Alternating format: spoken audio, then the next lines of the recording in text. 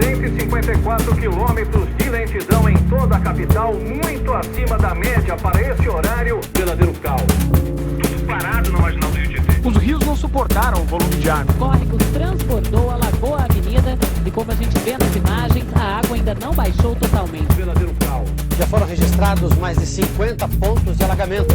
O trânsito parou na cidade. Veja a violência das águas. O problema, em grande medida, está na natureza. Verdadeiro caos. Uma calamidade como a que houve ontem, temos que rezar para que não se repita.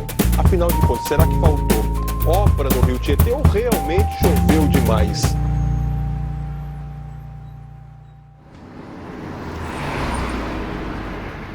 Você está vendo esse rio? E aquela colina? Não dá para ver muito bem, né? Mas foi às margens desse rio, no alto dessa colina, que nasceu a vila de São Paulo de Piratininga. Piratininga é o antigo nome do rio Tamanduateí. Na língua tupi, quer dizer rio do peixe seco. Na época das chuvas, o rio transbordava e ocupava toda essa área. Quando a água baixava, muitos peixes ficavam presos e acabavam morrendo. A morte desses peixes atraía as formigas, e atrás das formigas vinham os tamanduás. O rio do peixe seco se tornou o rio do tamanduá, o Tamanduateí. Quando os jesuítas chegaram, aproveitaram a sabedoria dos índios e instalaram sua capela ao lado das duas tribos que viviam no alto dessa colina. A região era privilegiada para a fundação de uma vila naquele tempo.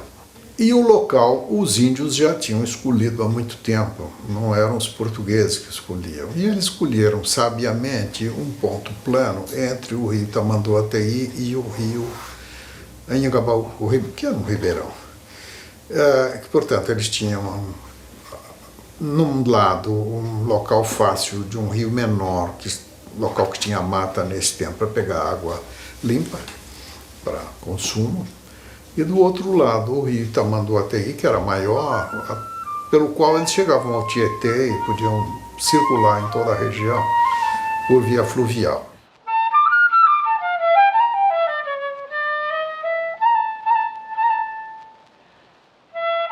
Durante aproximadamente 300 anos, a vila de São Paulo só existiu por causa desses dois rios. Hoje, a maioria nem nota sua existência. A máquina fotográfica chegou a tempo de registrar as mudanças que essa paisagem iria sofrer.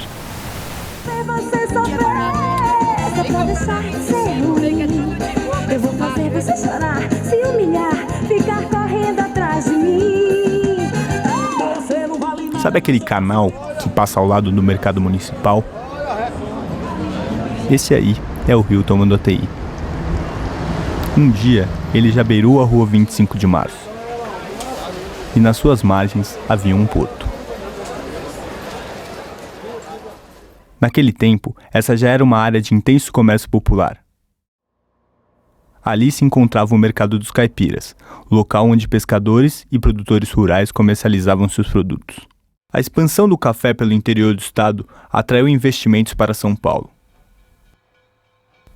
Em 1867, é inaugurada a ferrovia São Paulo Railway, a única ferrovia que fazia ligação com o mar. Ela utilizou o Vale do Tamanduateí como rota, reforçando a posição estratégica da cidade como ponto de encontro de várias ferrovias.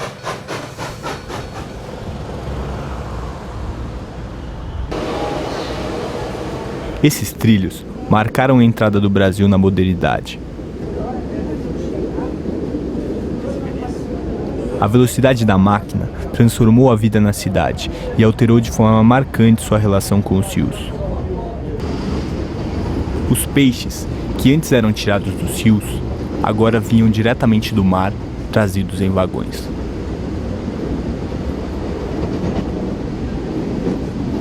As distâncias se encurtaram e, pouco a pouco, os rios, que eram a razão da existência da cidade, tornaram-se obstáculos ao seu crescimento.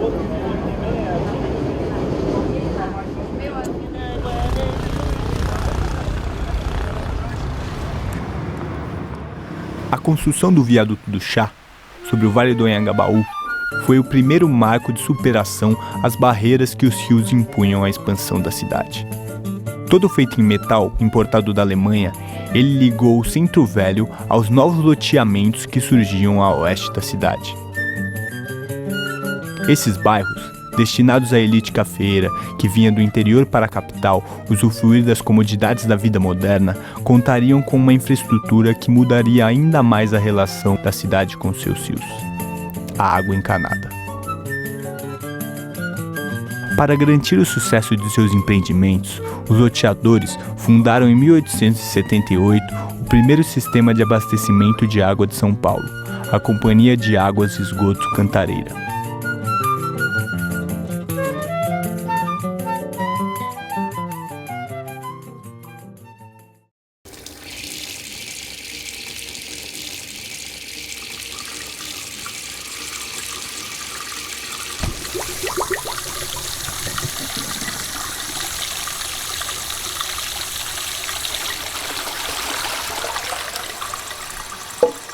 Quanto maior o número de pessoas, maior a necessidade de água.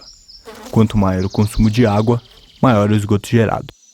Esse esgoto era despejado nas várzeas dos rios que cruzavam a cidade, o que causava um grave problema sanitário. O presidente da província, que seria o prefeito de hoje, já estava endividado, que é uma questão crônica, né? Precisava fazer caixa. E alguém deu uma ideia para ele e falou assim: olha, senhor presidente da província, por que o senhor não pega essa área aqui, que é o leito maior dos rios, que é um matagal cheio de mosquito, aproveita, né, essa questão dramática, né, das doenças, e a terra loteia e vende isso. Ou seja, os argumentos sanitaristas, né, e hidráulicos serviram para um verdadeiro objetivo mercantilista, né? A elite paulistana sonhava em construir uma cidade como as que vinha em suas viagens pela Europa. E seus rios não se encaixavam nesse sonho, não do jeito que eram. A solução escolhida foi transformar os rios, cortar suas curvas e afundar seu leito. Assim, eles levariam o esgoto mais rápido, para longe da nossa vista. O Tamanduateí se viu aleijado de suas antigas margens. O rio cedeu seu espaço e foi quem pagou a conta das reformas urbanas. Na década de 20, os dois rios que dividiam a cidade foram transformados em parques. O Parque do Anhangabaú, sobre o riacho com seu nome, já canalizado e enterrado, e o Parque Dom Pedro II, às margens do rio Tamanduateí. Os dois rios, entre os quais a cidade havia sido fundada, não representavam mais limites à sua expansão. Mas a metrópole crescia em ritmo acelerado. Em pouco tempo, ela se encontraria na mesma condição, barrada entre rios. Estes rios que nós temos, o Rio Pinheiros e o Tietê, são rios de planície. E rios de planície são lentos, serpenteiam na superfície por onde escorrem, formam meandros. Então esses dois rios aqui nossos eram cheinhos de meandros, bonito que você nem imagina, sabe? Serpenteando sobre a várzea. E que de uma cheia para outra eles até mudavam de lugar. E mudavam de lugar dentro de uma superfície que é a várzea de inundação periódica do rio. Essas áreas, ocupadas pelas águas apenas em uma fase do ano, despertavam enorme interesse imobiliário. As inundações castigavam a população mais pobre que se submetia a morar nas baixadas, o que criava um transtorno político, que alimentava as discussões sobre a canalização do rio Tietê. Nós tivemos aqui em São Paulo, na Escola Politécnica, dois embates ideológicos. Um do grande engenheiro sanitarista chamado Saturnino de Brito, Francisco Saturnino de Brito, que projetou, por exemplo, os canais de Santos. Ele era presidente da Comissão de Melhoramento do Rio Tietê em 1920.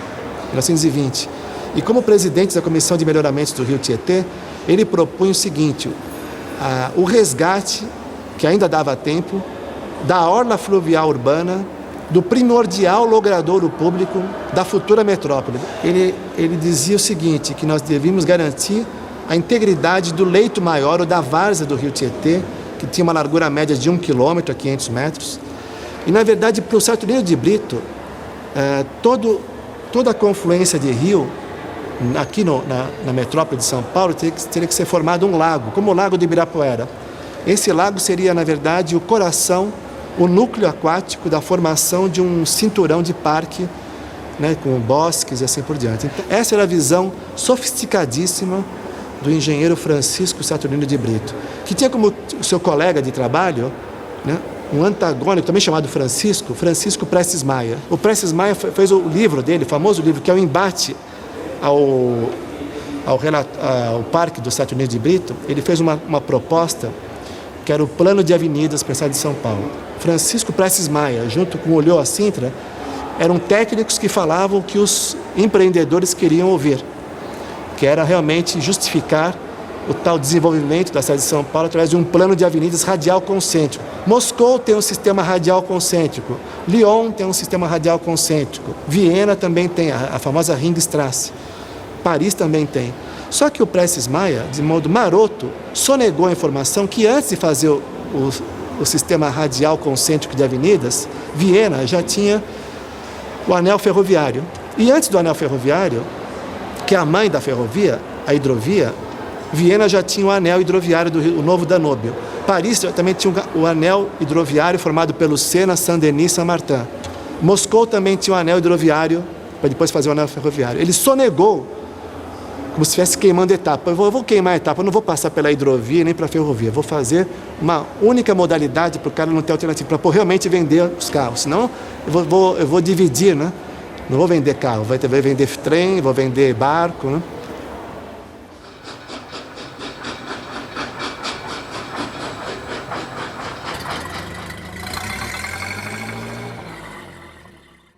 O carro em São Paulo, ele é carregado de uma carga simbólica que talvez não seja em outros lugares, porque houve, principalmente até os anos 20, até o fim da República Velha, uma confusão entre o automóvel e a identidade em São Paulo. Ele se transforma numa peça-chave de um discurso de modernização, mas não um discurso de modernização como a gente conhece, o discurso de modernização progressista, mas uma modernização conservadora, que propunha transformar a cidade de São Paulo naquilo que os homens do PRP chamavam da Chicago da América do Sul, ou seja, uma cidade tipicamente americana, tomada por arranha-céus, autopistas, automóveis espalhados por toda a cidade. No ano de 1938, Prestes Maia foi nomeado prefeito de São Paulo e começou a concretizar as obras de seu plano. Para construir uma avenida, seria necessário desocupar uma grande área. O plano propunha utilizar os fundos de vale, área dos rios e dos córregos, para a construção dessas novas avenidas. Impróprias para a construção, essas áreas, úmidas e alagadiças, eram os espaços vazios na cidade, o que garantia baixos custos com desapropriações e a valorização dos entornos após a obra.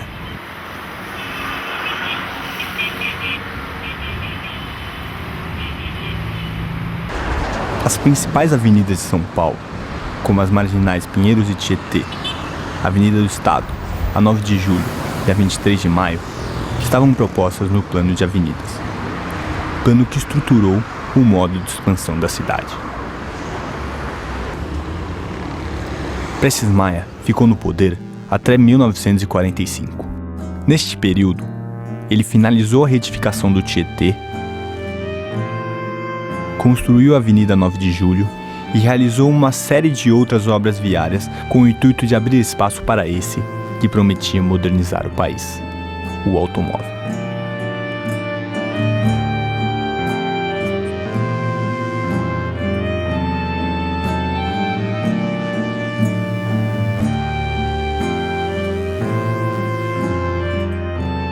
Nas décadas seguintes, várias outras avenidas fundo de vale foram construídas.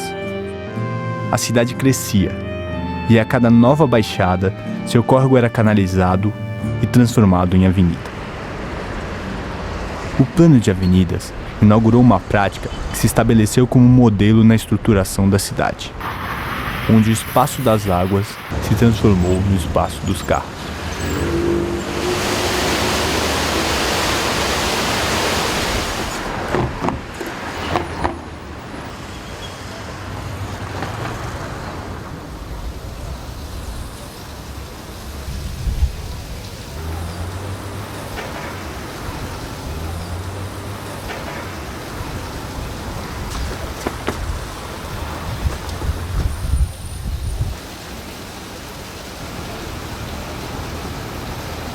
O homem moldou o rio a seu modo.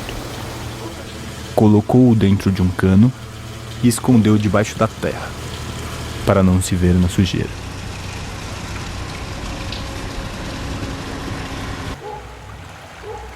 Mas isso não mudou a natureza do rio. Quando a chuva cai, é para lá que a água vai.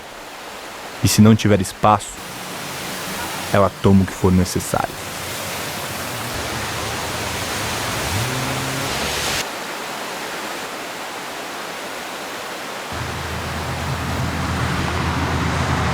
A urbanização de São Paulo foi uma coisa tão violenta que ocupou o lugar do rio. Então, enchente é coisa que nós inventamos, entende? Ela é produto da urbanização.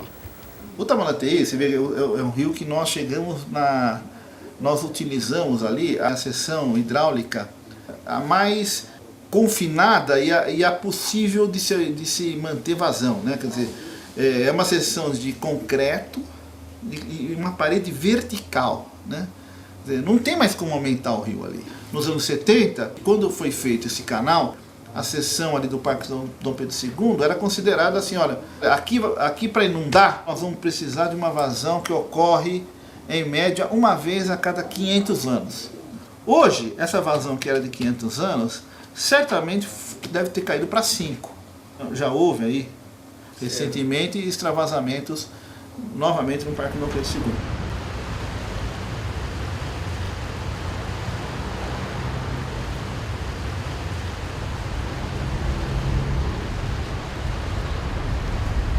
A cidade deu as costas para os rios. O rio é sua base. Ninguém sabe, ninguém percebe, ninguém vê.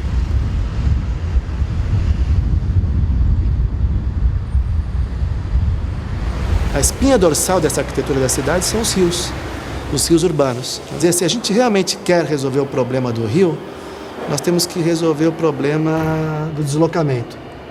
É impossível fazer com que a cidade esteja de frente para o rio se nós não resolvemos o problema de deslocamento de 20 milhões de pessoas na cidade.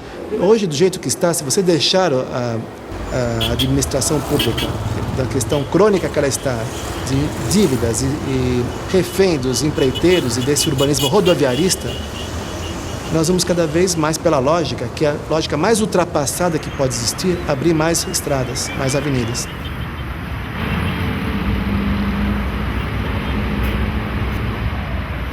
Seu acesso é perigoso. Seu contato proibido.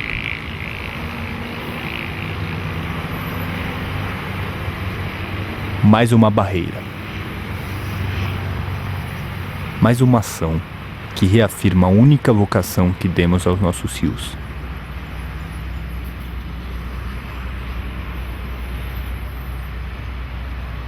Canal de escoamento de água e esgoto. Mas o carro pede espaço. E São Paulo não pode parar.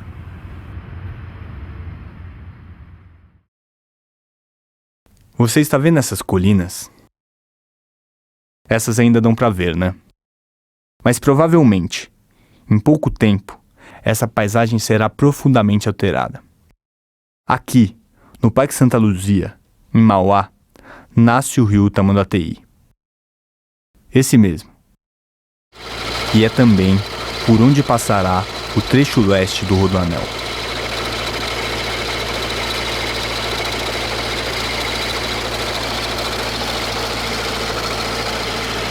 Aqui está previsto o traçado do Rodoanel.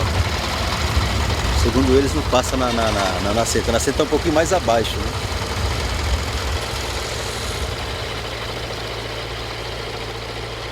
E esse rio já foi um rio que já doou para a parte econômica aqui da cidade. A margem já doou as matas, doou água.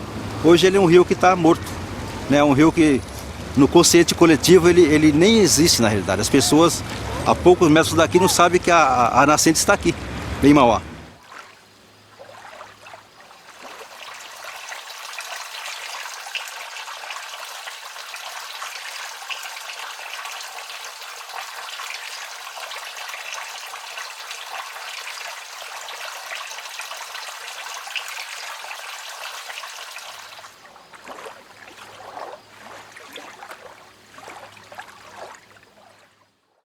A fragilidade institucional do Brasil leva ao quê? A uma proeminência do privado sobre o público. Existe uma área pública, entrega-se a área pública para o privado, a especulação imobiliária vence, ou então, olha, nós temos o dinheiro X para construir mais linhas de metrô. Não, vamos construir mais pistas na marginal, porque é bom para os automóveis. E você nota a grande tendência em se investir sempre, dar preferência sempre ao transporte individual. Nós estamos todos abduzidos por esse urbanismo rodoviarista. Todo mundo acha que precisa do automóvel, quando na verdade não precisamos. Então, dentro dessa visão de reversão disso, no lugar de fluxo, falar de percurso, no lugar de esterilizar as ruas com esse urbanismo rodoviarista, transformar os passeios públicos numa rua viva, no urbanismo da confiança e não do medo, que hoje as pessoas estão trancadas nos carros, não é isso? São resignadas a esse pau de arara chamado de ônibus.